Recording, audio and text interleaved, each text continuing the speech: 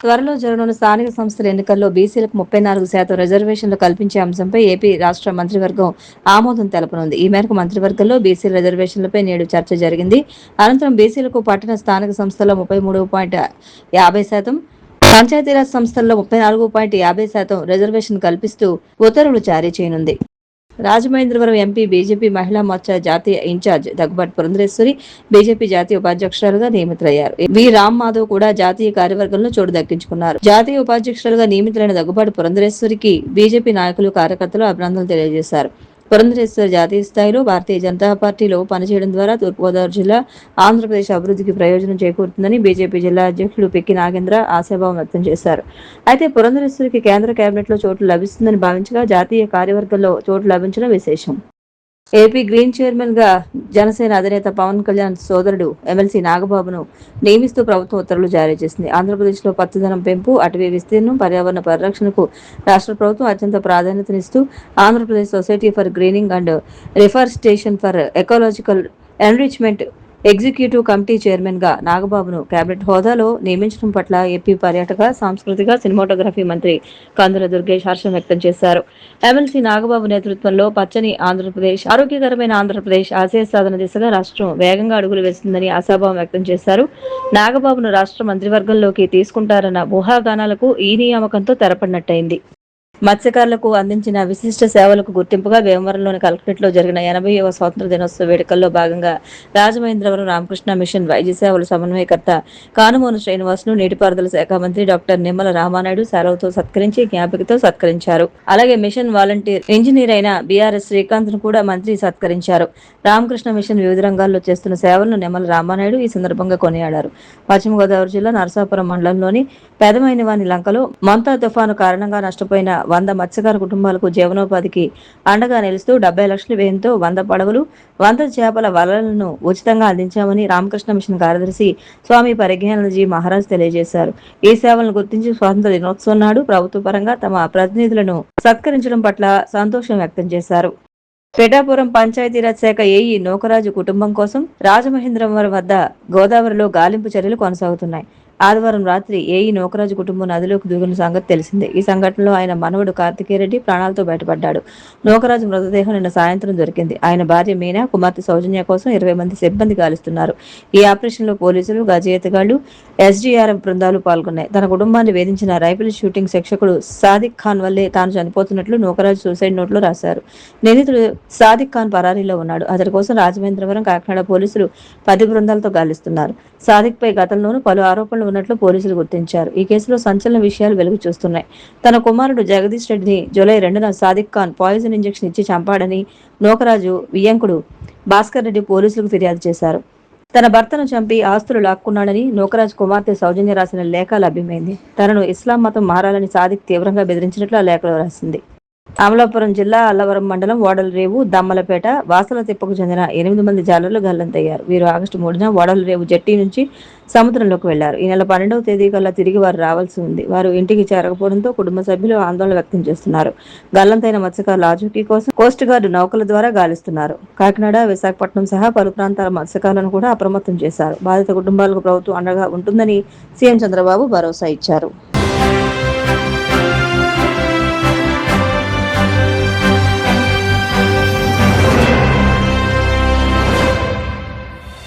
నమస్కారం, మీరు చూస్తున్న CCC డిజిటల్ 230 న్యూస్ బులెటిన్. ఈనాటి వార్తలకు ముందుగా ముఖ్యాంశాలు.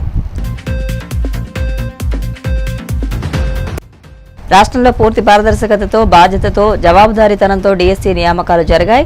శాసనసభ వేదికగా ముఖ్యమంత్రి చంద్రబాబు స్పష్టీకరణ.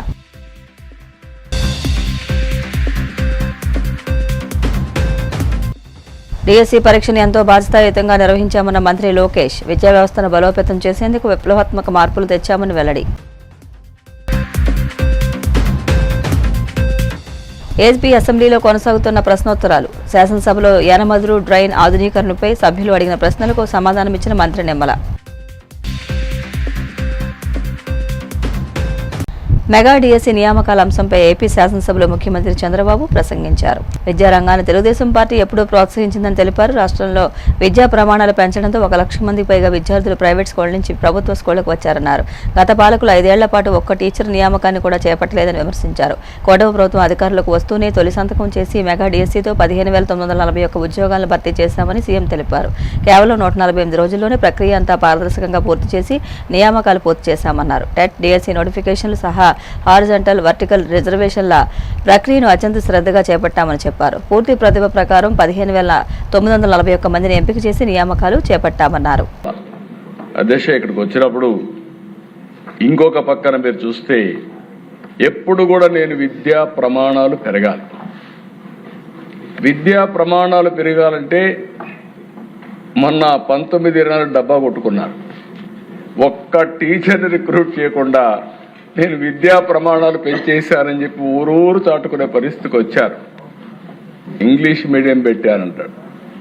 ఇంగ్లీష్ మీడియం వల్ల మొత్తం ఏదో మార్పు వచ్చేసిందని మాట్లాడే పరిస్థితికి వచ్చారు.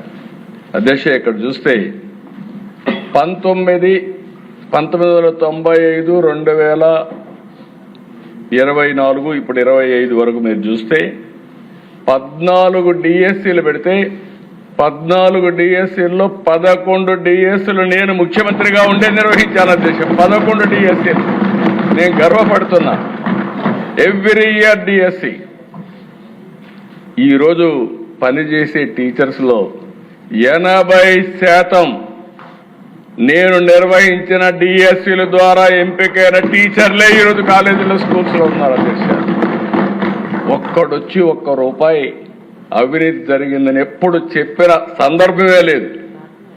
నేను ఒకటే చెప్తాను అధ్యక్ష, నా జీవితంలో మళ్ళీ ఒకటి చెప్తున్నా, నేను ఈ సీట్లో కూర్చున్నంత వరకు ఎవడైనా ఎక్కడైనా తప్పు చేస్తే అదే చివరి రోజు ఆ వ్యక్తికి ఆ విషయం గుర్తుపెట్టుకోవాలి. తప్పుడు ఆరోపణలు చేసే వాళ్ళని ఏ విధంగా చేయాలో మనమే ఆలోచించుకోవచ్చు. అధ్యక్ష, ఇంకో పక్కన అధ్యక్ష 1996 3 కేజీలు డ్రై రేషన్ తీసుకొచ్చాం. దేనికోసం అంటే ఈ పిల్లల్లో స్కూలుకు పంపకపోతే 3 కేజీలు బియ్యం ఇస్తే పిల్లల్ని పంపిస్తారు. డ్రై రేషన్ ఇచ్చిన రోజులు అవన్నీ. అక్కడి నుంచి ఇంకొక పక్కన అధ్యక్ష 2003లో మధ్యాహ్న భోజనం నాకు ఇప్పటికి కూడా జ్ఞాపకం ఉంది. ఎవరు చేస్తారంటే డాక్రా సంఘాలు ఉన్నాయి, వంట చేయడానికి సిద్ధంగా ఉన్నారు. ఆ బాధ్యత వాళ్ళకు అప్పచెప్పి మొట్టమొదటిసారిగా రాష్ట్రంలో మధ్యాహ్న భోజనాన్ని ప్రవేశపెట్టిన పార్టీ ఆ రోజు తెలుగుదేశం. అధ్యక్ష, ఇంకొక పక్కన అధ్యక్ష మీరు ఒకసారి చూస్తే 18లో ఇంటర్మీడియట్ కూడా తీసుకొస్తే వీళ్ళు వస్తానే ఇంటర్మీడియట్కి మధ్యాహ్న భోజనం తీసేస్తే మళ్ళీ మేము వస్తానే ఇంటర్మీడియట్ కూడా మధ్యాహ్న భోజనం పెట్టే పార్టీ ఎన్డీఏ అని చెప్పి కూడా నేను మీకు తెలియజేస్తున్నా. ఇంకొక పక్కన అధ్యక్ష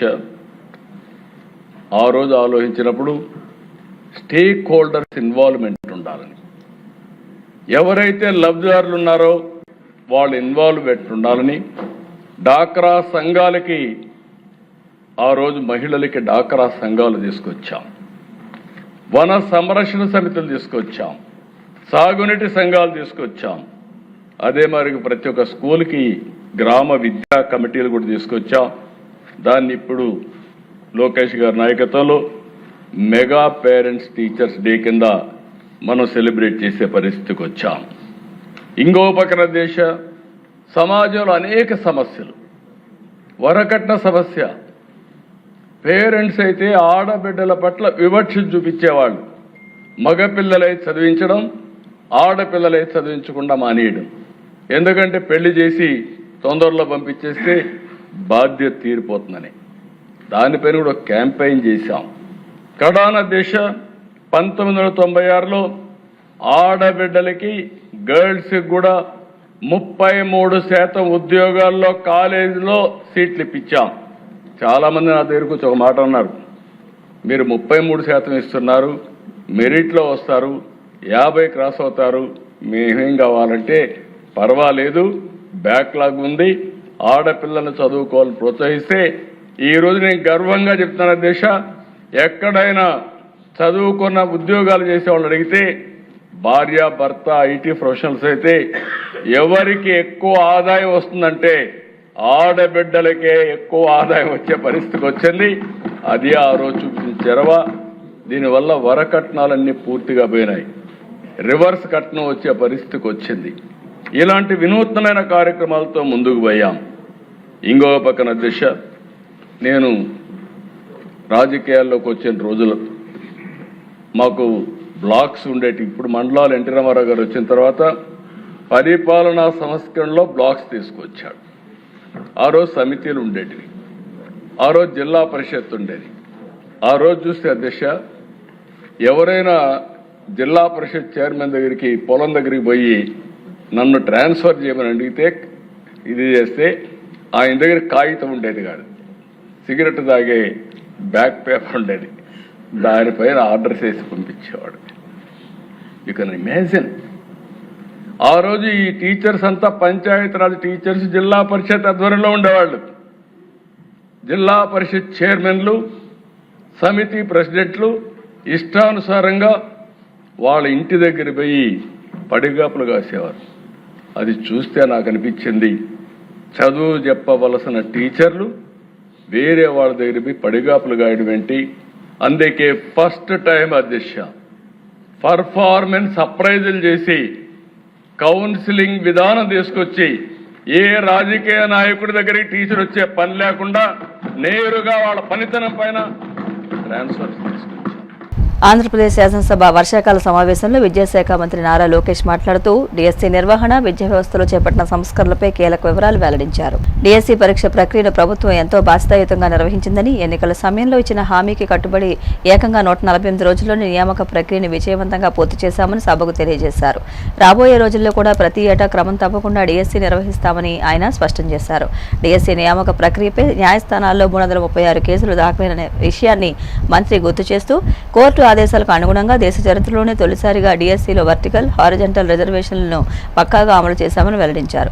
ఇక ఉపాధ్యాయ అర్హత పరీక్ష టెట్కి సంబంధించి 3.68 లక్షల మంది అభ్యర్థులు దరఖాస్తు చేసుకోగా అందులో 1.87 లక్షల మంది ఉత్తీర్ణత సాధించారనే గణాంకాలను అసెంబ్లీ వేదికగా లోకేష్ సమర్పించారు. అధ్యక్ష, ఈరోజు మెగా డిఎస్సీ 2025 పైన స్టేట్మెంట్ ఇచ్చేదానికి మీరు అనుమతించినందుకు నా హృదయపూర్వక ధన్యవాదాలు అధ్యక్ష. అధ్యక్ష, ఈరోజు ఈ స్టేట్మెంట్ ప్రతిపక్ష పార్టీకి సమాధానం కాదు అధ్యక్ష.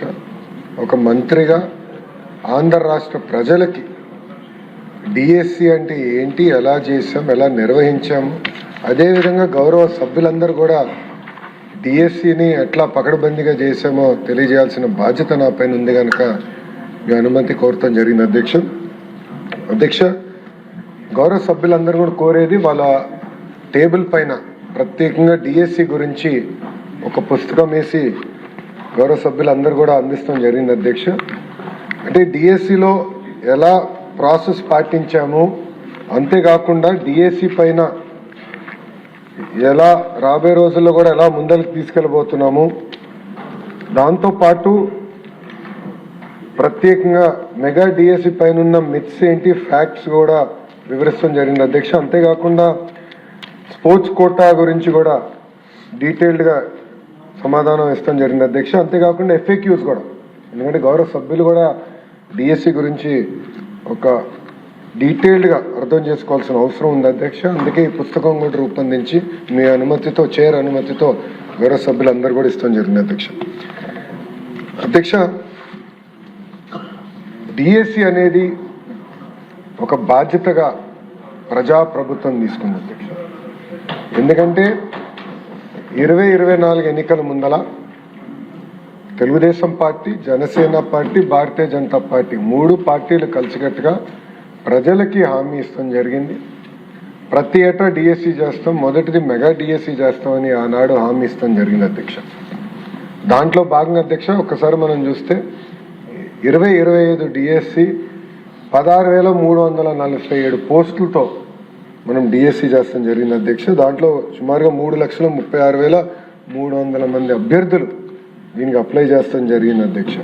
అధ్యక్ష, ఈ మొత్తం ప్రక్రియ కూడా 148 రోజుల్లో పూర్తి చేస్తాం జరిగింది అధ్యక్ష. ఇది బ్రీఫ్గా డిఎస్సి గురించి అధ్యక్ష. డీటెయిల్స్కి వెళ్ళే ముందర అధ్యక్ష ఒకసారి కానీ మనం గౌరవ సభ్యులందరూ విషయం గమనించాలి అధ్యక్ష. ప్రభుత్వ పాఠశాలలో ప్రభుత్వ సిస్టంలో మనం ఒకసారి చూస్తే తెలుగుదేశం పార్టీ ఆవిర్భావం నుంచి అనేక సంస్కరణ తీసుకొచ్చాం అధ్యక్ష. అన్నగారి నాయకత్వంలో 1983లోనే మధ్యాహ్న భోజనం పథకం మనం తీసుకొచ్చాం అధ్యక్ష. అంతేకాకుండా ఈరోజు పొద్దున గౌరవ సభ్యులందరూ కూడా మాట్లాడారు, అయ్యన పాత్రుడు గారు కూడా చెప్పారు అధ్యక్ష, బీసీ సోదరుల కోసం ప్రత్యేక రెసిడెన్షియల్ స్కూల్స్ కానివ్వండి, అటు ఎస్సీ సోదరులకి ప్రత్యేక రెసిడెన్షియల్ స్కూల్స్ కానివ్వండి ఏర్పాటు చేసింది అన్న ఎన్టీఆర్ అధ్యక్ష. అంతేకాకుండా మహిళల కోసం ప్రత్యేకంగా తిరుపతిలో పద్మావతి విశ్వవిద్యాలయాన్ని కూడా ఏర్పాటు చేసడం జరిగింది అధ్యక్ష. దాని తర్వాత అధ్యక్ష గౌరవ ముఖ్యమంత్రి చంద్రబాబు నాయుడు గారు ప్రత్యేకంగా ప్రభుత్వ పాఠశాలను బలోపేతం చేయాలంటే తప్పనిసరిగా మనము టీచర్ రిక్రూట్మెంట్ చేయాలి. టీచర్ నియామకం కానివ్వండి, టీచర్ ట్రాన్స్ఫర్ కానివ్వండి కేవలం గతంలో జెడ్పీ చైర్మన్ చేతుల్లో ఉండేది అధ్యక్ష. సో జెడ్పీ చైర్మన్ సింపుల్గా ఏం రాస్తే ట్రాన్స్ఫర్ అలా జరిగేది అధ్యక్ష. ఇట్లా ఉండకూడదు, పారదర్శకంగా ఉండాలని గౌరవ ముఖ్యమంత్రి గారు పంచాయతీరాజ్ వ్యవస్థలో ఉన్న టీచర్లందరినీ గవర్నమెంట్ సిస్టంలోకి తీసుకొచ్చి ఎప్పుడు లేని విధంగా పకడ్బందీగా చేస్తాం జరిగింది అధ్యక్ష. అంతేకాకుండా ప్రత్యేకంగా మహిళలకి 33% రిజర్వేషన్ డిఎస్సిలో తీసుకొచ్చిన ఘనత తెలుగుదేశం పార్టీ అధ్యక్ష. కౌన్సిలింగ్ విధానం తీసుకొచ్చే అధ్యక్ష మీరు చూస్తే టీచర్ ట్రాన్స్ఫర్స్ కూడా ఆనాడు పారదర్శకంగా మనం చేసాం అధ్యక్ష. ఏపీ అసెంబ్లీలో ప్రశ్నోత్తరాలు కొనసాగుతున్నాయి. శాసనసభలో యనమదురు డ్రైన్ ఆధునీకరణపై సభ్యులు అడిగిన ప్రశ్నలకు జలవనరుల శాఖ మంత్రి నిమ్మల రామానాయుడు సమాధానమిచ్చారు. గోదావరి పశ్చిమ డెల్టాలో యనమదురు డ్రైన్ ముఖ్యమైందన్నారు. 23,000 క్యూసెక్ల సామర్థ్యం ఉన్న యనమదురు డ్రైన్ కు సామర్థ్యానికి మించి వరద వస్తోందని తెలిపారు. యనమదురు డ్రైన్ సామర్థ్యాన్ని 30,000 క్యూసెక్లకు పెంచడం, శిథిలావస్థకు చేరిన ఇన్లెట్లకు పునర్నిర్మాణం చేసేలా ప్రతిపాదనలు సిద్ధం చేస్తున్నామని చెప్పారు. యనమదురు డ్రైన్లో 86 ఇన్లెట్లకు గాను 70 ఇన్లెట్లు శిథిలావస్థకు చేరుకున్నాయని మంత్రి వివరించారు. కూటమి ప్రభుత్వం వచ్చాక 2 విడతల్లో 3.2 కోట్లు కేటాయించి 10 ఇన్లెట్లను పునర్నిర్మిస్తున్నామన్నారు. యనమదురు డ్రైన్ అనేది ఎర్ర కాలువగా అంటే తెలంగాణలో పుట్టి ఆంధ్రప్రదేశ్ పాతపాడు ఉప్పుటేరు దగ్గర 185 కిలోమీటర్లు ప్రవహించేటువంటి ఈ ఎర్ర కాలువ నందమూరి అక్వడేటు దగ్గర 62 కిలోమీటర్లు ఉప్పుటేరులో కలిసేంత వరకు ఉన్నటువంటి అధ్యక్ష. ఇది పశ్చిమ డెల్టాలోనే ఒక మెయిన్ డ్రైను. ఇది 23,000 క్యూసెక్లకి డిజైన్ చేయడం జరిగింది. అయితే ప్రస్తుతం మరి యొక్క డ్రైన్కి కెపాసిటీని కూడా ఇంకా పెంచాలనేటువంటిది, అదేవిధంగా ఉప్పుటేరుని అభివృద్ధి చేయాలనేటువంటిది, అదేవిధంగా శిథిలావస్థలో ఉన్నటువంటి ఇన్లెట్స్ అన్నింటినీ కూడా పునర్నిర్మాణం చేయాలని కూడా ఇరిగేషన్ నుంచి కూడా ఇది ప్రతిపాదనలు కూడా చేయడం జరిగిందని చెప్పి తెలియజేసుకుంటూ, ఈ రకంగా ఈ యనమదురు డ్రైన్లో మొత్తం 86 ఇన్లెట్స్ ఉంటే అందులో 70 పాక్షికంగా లేదు కానీ లేదా పూర్తిగా శిథిల వ్యవస్థకి చేరుకునేటువంటి పరిస్థితి అధ్యక్ష. ఇది 2007లో గోదావరి మోడరేషన్ డెల్టా సిస్టంలో 111 కోట్ల రూపాయల నిధులు మంజూరు చేసి పనులు ప్రారంభించారు. కానీ కేవలం ఈ పనులన్నీ కూడా పూర్తి కాకుండా అంటే కేవలం 43 కోట్ల రూపాయలు మాత్రమే ఖర్చు అయినటువంటి పరిస్థితి అధ్యక్ష. దానివల్ల ఈ యొక్క ఇన్లెట్ రెగ్యులేటర్స్ కానీ, బ్రిడ్జెస్ కానీ, క్రాస్ రెగ్యులేటర్లు కానీ, టైడల్ బ్యాంక్స్ కానీ ఇవన్నీ కూడా పనులు అర్ధాంతరంగా నిలిచిపోయినటువంటి పరిస్థితి అధ్యక్ష. దీంతో మొన్న కూటమి ప్రభుత్వం అధికారంలోకి వచ్చిన తర్వాత మొన్న 2025లో జీవో నెంబర్ 519 ద్వారా 1.40 lakhs 3 ఇన్లెట్స్కి ఒక రిటైనింగ్ వాళ్ళకి శాంక్షన్ ఇవ్వడం జరిగింది. అదేవిధంగా 2025 జీవో నెంబర్ 555 ద్వారా 1.80 lakhs 8 ఇన్లెట్లకి శాంక్షన్ ఇవ్వడం జరిగింది అధ్యక్ష. ఈ పనులన్నీ కూడా పురోగతిలో ఉన్నాయని చెప్పి మీ ద్వారా తెలియజేసుకుంటూ ఉన్నా. ఏదైతే ఈవేళ గౌరవ సభ్యులు కూడా ఈ యొక్క యనమదురు డ్రైన్కి సంబంధించినటువంటి ముంపు సమస్య, అదేవిధంగా ఆయన నియోజకవర్గంలో ఉన్నటువంటి డ్రైన్లు అంటే అడ్డపందికోడి ఇట్లా ఏవైతే ఆయన 4-5 ఎగ్జాంపుల్స్ డ్రైన్స్ కానీ, అదేవిధంగా కెనాల్ సిస్టమ్ కానీ ఇవన్నీ కూడా మళ్ళీ ప్రక్షాళన చేయాలని చెప్పేసి గౌరవ సభ్యులు అడిగినటువంటి విషయం కూడా ఇరిగేషన్ శాఖ కూడా గౌరవ ముఖ్యమంత్రి దృష్టిలో కూడా పెట్టడం జరిగింది అధ్యక్ష. ఎప్పుడో బ్రిటిష్ వారి కాలంలో కాటన్ సమయంలో ఉన్నటువంటి లాకులు, షట్టర్స్, కెనాల్ వ్యవస్థ అంతా కూడా ప్రస్తుతం శిథిల వ్యవస్థకు చేరుకునేటువంటి దశలో ముఖ్యమంత్రి గారు కూడా మొన్ననే ఒక 36 ప్రాజెక్టులు ప్రాధాన్యత ప్రాజెక్టులుగా ఇరిగేషన్ క్యాలెండర్ కూడా ప్రకటించడం జరిగింది. ఆ ప్రాధాన్యత 36 ప్రాజెక్టుల ఇరిగేషన్ క్యాలెండర్లో మన డెల్టా మోడరేషన్ కూడా ఒకటిగా చేపట్టడం జరుగుతుంది అధ్యక్ష. దీనికి కూడా మేము ఆల్రెడీ లైడార్ సర్వే 14 కోట్ల రూపాయలు పెట్టి జీవో నెంబర్ 522 ద్వారా ఏరియల్ లైడార్ సర్వే, అదేవిధంగా direct global position system, mathematic survey, అంటే ఈ రకంగా ఈ సర్వేల ద్వారా సమగ్రంగా డిపిఆర్ తయారు చేసుకుని, అంటే ఉభయ గోదావరి జిల్లాలు అటు తూర్పు ఇటు పశ్చిమ ఉమ్మడి జిల్లాలకు సంబంధించినటువంటి ఈ డ్రైన్స్, కెనాల్స్, లాకులు, షట్టర్స్ ఇవన్నిటికీ కూడా సమగ్రంగా డిపిఆర్ తయారు చేసుకుని ఆ గోదావరి మోడరేషన్ వర్క్స్ ని మరి ఒక పట్టాలు ఎక్కించి రేపు 2029 లోపల ఈ 3 సంవత్సరాల్లో ఈ గోదావరి మోడరేషన్ వర్క్స్ కంప్లీట్ చేయాలని, ఈ గోదావరి మోడరేషన్ వర్క్స్ లో గౌరవ సభ్యులు చెప్పినటువంటి పనులు కూడా ఇంక్లూడ్ అయ్యేటువంటి విధంగా మేము కూడా దృష్టి పెడతామని చెప్పి మీ ద్వారా తెలియజేసుకుంటున్నాం అధ్యక్ష. రియల్ ఎస్టేట్ వ్యాపారంలో నమ్మకమే ప్రధాన మూలధనమని, ఖాతాదారుల విశ్వాసాన్ని కాపాడుకుంటూ పారదర్శకంగా వ్యవహరించడం ద్వారా మాత్రమే సంస్థల దీర్ఘకాలిక విజయాన్ని సాధించగలవని ప్రముఖ సినీ హీరో సుమన్, ప్రముఖ పారిశ్రామికవేత్త, సినిమా నిర్మాత అంబికా కృష్ణ పేర్కొన్నారు. కాకినాడలోని ఫ్యాబిన్ కన్వెన్షన్ లో ప్రాపర్టీస్ బజార్ ఆధ్వర్యంలో యాప్ ఆవిష్కరణతో పాటు సంస్థ తొలి వార్షికోత్సవ వేడుకలు ఘనంగా నిర్వహించారు. సంస్థ వ్యవస్థాపకులు సిహెచ్ శివ సత్యసాయి ప్రసాద్ ఆధ్వర్యంలో జరిగిన ఈ కార్యక్రమానికి సినీ రంగానికి చెందిన ప్రముఖులు, పారిశ్రామికవేత్తలు, రియల్ ఎస్టేట్ రంగ ప్రతినిధులు పాల్గొన్నారు. ఈ సందర్భంగా సుమన్ మాట్లాడుతూ రియల్ ఎస్టేట్ రంగంలో వ్యాపారం కంటే ముఖ్యమైనది ఖాతాదారులతో ఏర్పడే నమ్మకమైన సంబంధమని అన్నారు. ఒక వ్యక్తి తన జీవితకాల పొదుపులో గణనీయమైన మొత్తాన్ని భూమి లేదా ఇల్లు కొనుగోలు చేసేందుకు వెచ్చిస్తారని, అందువల్ల వారికి ఆస్తికి సంబంధించిన పూర్తి వివరాలు ముందుగానే స్పష్టంగా తెలియజేయాల్సిన బాధ్యత రియల్ ఎస్టేట్ సంస్థలపై ఉందన్నారు. అంబికా కృష్ణ మాట్లాడుతూ రియల్ ఎస్టేట్ రంగంలో అనేక సంస్థలు, వ్యక్తులు విశ్వసనీయతను నిలబెట్టుకునే సంస్థలకే భవిష్యత్తులో మంచి అవకాశాలు ఉంటాయని అన్నారు. ఈ కార్యక్రమంలో సినీ నిర్మాత తొమ్మలపల్లి రామ సత్యనారాయణ, సినీ కళాకారులు లక్ష్మీనారాయణ తదితరులు పాల్గొన్నారు.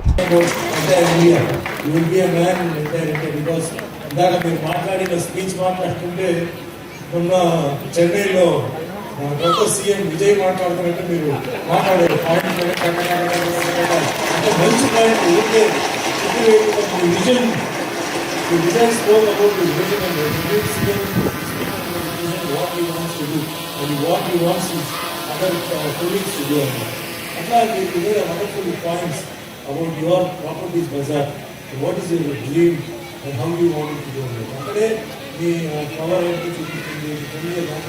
టైం ఎదురు హార్డ్ వర్క్ మీరు చాలా కష్టపడి మీరు పనిచేసారు, బయటకు వచ్చారు, కష్టపడి విషయంలో నాకు కాకినాడ అంటే నేను ఇంత స్థాయి ఎదిగానంటే నాకు ప్రొడ్యూసర్ క్యారెక్టర్స్ నేను మర్చిపోయాను. పక్కనే 2 ప్రొడ్యూసర్స్ ఉన్నారు. ఈరోజు మా ఎమపింకుడు గారు ఇక్కడ ఉన్నారు. ఏఐలో ఫస్ట్ టైం హీరోగా ఆయన చేశారు. సినిమా చూసి నేను ఆశ్చర్యపోయాను. మీరు చూస్తారు తర్వాత, నేను చెప్పింది గ్యాస్ కాదు, మీకు తెలుస్తున్న తర్వాత. సో ఇలాంటి వాళ్ళు మంచి మిత్రులు. అంటే ఒక సైడ్లో అంటే మిత్రులు అంటే ఫ్రెండ్షిప్ అంటే షూటింగ్ జరిగేటప్పుడు షూటింగే. నేను టైంకి వెళ్తాను, నేను టైంకి పని చేస్తాను. ఆయన కూడా నాకు ఎంత ఫుడ్ పెట్టాలో అంతే పెడతాడు, ఎందుకు పెట్టాడు. ఈరోజు మన దేశ జనాభా 140 కోట్లు. ఎన్ని సంస్కృతులు ఉన్నాయి, ఎన్ని భాషలు ఉన్నాయి, ఎన్ని రకాల జాతులు ఉన్నాయి, ఎన్ని కులాలు ఉన్నాయి, ఎన్ని మతాలు ఉన్నాయి. అయినా కూడా ఈ 80 సంవత్సరాల్లో కూడా ఎక్కడ కూడా కింద పడి మీద పడి మనం అనుకున్నాం తప్ప దేశం ఎదుగుతూనే ఉంది. పాలిటిక్స్ అన్న తర్వాత మాట్లాడుకోవడం తప్పదు, తిట్టుకోవడం తప్పదు. కానీ దేశ సమగ్రత దగ్గరికి వచ్చేటప్పటికల్లా ఈ పార్టీ ఆ పార్టీ అని కాకుండా అందరూ కూడా ఏకోన్ముఖంగా ఉండబట్టే ఇవాళ ప్రపంచ దేశాల్లో భారతదేశం అత్యున్నత స్థానానికి ఉందంటే నిజంగా గొప్ప విషయం, చాలా గొప్ప విషయం. ఇన్ని విభిన్న సంస్కృతులు ఉన్నా కూడా అంతర్యుద్ధాలు లేకుండా బయట ఎవడన్నా వస్తే మనం యుద్ధం చేస్తున్నాం తప్ప మనంగా మన నది మీదకి యుద్ధాన్ని కట్టాల. మనకు ఒక సాంప్రదాయం ఉంది, ఒక సంస్కృతి ఉంది. ఇటువంటి అద్భుతమైనటువంటి భారతదేశంలో ఈ రోజున 80వ సంవత్సరంలో జరుపుకున్నటువంటి ఈ స్వాతంత్ర దినం రోజున ఇక్కడ కాకినాడలో మా ప్రసాద్ గారు ప్రాపర్టీస్ బజార్ అనే ఒక మంచి కాన్సెప్ట్. జనరల్గా ఇక్కడ ఎలా ఉందంటే కాంపిటీషన్ అన్నింటిలో పెరిగిపోయిందండి. అన్ని వ్యాపారాల్లో కాంపిటీషన్ పెరిగిపోయింది. అన్ని వ్యాపారాల్లో కాంపిటీషన్ కానీ ఇన్నోవేషన్ కావాలి, ఒక కొత్త ఆలోచన కావాలి. కొత్త ఆలోచన ప్రజల దగ్గరికి తీసుకెళ్ళి తద్వారా ప్రజల్ని మళ్ళీ మమేకం తీసుకుని వాళ్ళ దగ్గర మనం రెస్పాన్స్ పొందినప్పుడే ఆ వ్యాపారం సక్సెస్ అవుతుంది. నమ్మకం అంటే నమ్మకం. ఈ రోజున ఒక నమ్మకాన్ని పెంపొందించుకున్నాం కాబట్టే మా సంస్థ పెట్టి వాడికి 80 సంవత్సరాలు అయితే, అంబికా దర్బార్లకి మా నాన్నగారు పెట్టి 80 సంవత్సరాలు అయితే, నేను కూడా చాలా చిన్నప్పుడు వ్యాన్లో తిరిగాను. 3 సంవత్సరాల పాటు వ్యాన్లోనే పడుకున్నాను, వ్యాన్లోనే తిరిగాను. అక్కడి నుంచి వచ్చాను. అందులో కష్టం అంటే ఏంటనేది మా నాన్నగారు నాకు నేర్పారు, నేను కూడా మా పిల్లలు నేర్పుతున్నాను. సరే ఎంతైనా కూడా వాళ్ళకి గోల్డెన్ స్కూల్స్ అయిపోతారు మనం అంతా చెప్పినా కూడా ఆ కష్టం వాళ్ళకి భరించడం జరిగేది కాదు. కానీ ఒక్కటి మాత్రం నేను చెప్తున్నాను, ఈరోజు ప్రాపర్టీస్ బజార్ సంస్థ ఒక కంపెనీ మాత్రమే, రేపు ఒక బ్రాండ్, ఎల్లుండి ఒక విశ్వాసం, కాలం గడిచే కొద్దీ ఒక ఐకానిక్ ఇన్స్టిట్యూషన్. మన కంపెనీ ఎదుగుదల ఎలా ఉండాలి అంటే, మన ఎదుగుదల కేవలం టర్నోవర్లో కనిపించడం కాదు, మన పేరు విన్నప్పుడు నమ్మకం కలగాలి, మన లోగో కనిపించినప్పుడు క్వాలిటీ ఉండాలి, మన లోగో కనిపించినప్పుడు క్వాలిటీ గుర్తుకు రావాలి, మన టీంతో మాట్లాడినప్పుడు ఆ ప్రొఫెషనలిజం కనిపించాలి, మన అసోసియేట్ పని చేస్తున్నప్పుడు వాళ్ళ కమిట్మెంట్ కనిపించాలి, మన కస్టమర్ని కలిసినప్పుడు ఇక్కడ మనుషులకి విలువ ఉంటుందనే పూర్తి అనుభూతాలను అనుభవించాలి. ఒక స్టేట్ నుంచి పాన్ ఇండియా వరకు, పాన్ ఇండియా నుంచి గ్లోబల్ వరకు ఈ ప్రయాణం అక్కడితో ఆగకూడదనే ప్రాపర్టీస్ బజార్ అనే పేరు తరతరాలకు నిలిచిపోయే లెగసీ కావాలని కోరుకుంటున్నాం. మా ఎదుగుదలకు మేము నమ్మే 5 బలమైన స్తంభాలు: 1 ట్రస్ట్, నమ్మకం. కస్టమర్ కి ఒక్కసారి మనపై నమ్మకం ఉంచితే ఆ నమ్మకాన్ని జీవితాంతం కాపాడాలి. 2 టెక్నాలజీ, సాంకేతికత. రియల్ ఎస్టేట్ ను పాత పద్ధతిలో కాకుండా digital, data, AI, smart system తో కొత్త యుగంలోకి తీసుకెళ్ళాలి. 3 పీపుల్, మనుషులు. మన కంపెనీ భవనాలు బలం కాదు, మనుషులే మన బలం. ఎంప్లాయీస్, అసోసియేట్స్, పార్ట్నర్స్, కస్టమర్స్, ప్రతి ఒక్కరూ ప్రాపర్టీస్ బజార్ కుటుంబంలో భాగమే. పెర్ఫార్మెన్స్, ఫలితాలు, ఆలోచనలు గొప్పగా ఉంటే సరిపోదు, ఎగ్జిక్యూషన్ గొప్పగా ఉండాలి. మాటలు కాదు, ఫలితాలు ఉండాలి. అలాగే వాల్యూస్, విలువలు, లాభం రావాలి కానీ విలువలు కోల్పోకూడదు. Profit may grow a company, values build a legacy. అది చాలా బాగా నచ్చింది నాకు.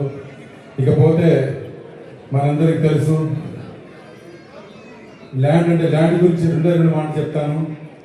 మన ఈ వరల్డ్ మొత్తంలో 100%లో 85% మాత్రమే భూమి ఉంది, 15% 85% నీళ్లు ఉన్నాయి, 15% మాత్రమే భూమి ఉంది. అందులో ఇంకా ఒక 15% గుట్టలు, కొండలు ఎన్నో ఉన్నాయి. అది పోతే ఇంకా 10% మాత్రమే ఉంటుంది భూమి.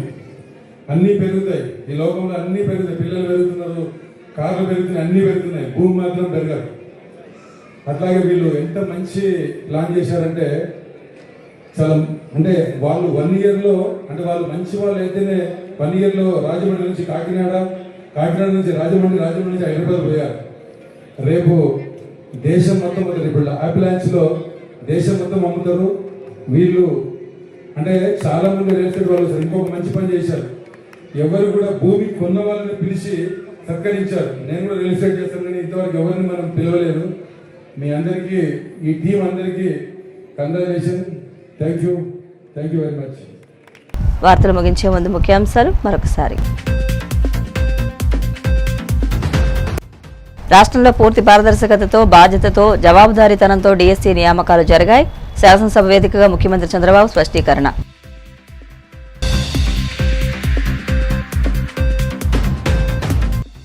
డీఎస్సీ పరీక్షను ఎంతో బాధ్యతాయుతంగా నిర్వహించామన్న మంత్రి లోకేష్. విద్యా వ్యవస్థను బలోపేతం చేసేందుకు విప్లవాత్మక మార్పులు తెచ్చామని వెల్లడి. ఏపీ అసెంబ్లీలో కొనసాగుతున్న ప్రశ్నోత్తరాలు. శాసనసభలో యానమదురు డ్రైన్ ఆధునీకరణపై సభ్యులు అడిగిన ప్రశ్నలకు సమాధానమిచ్చిన మంత్రి Nimmala. CCC digital do the T news bulletin ఇంతటితో సమాప్తం. నమస్కారం.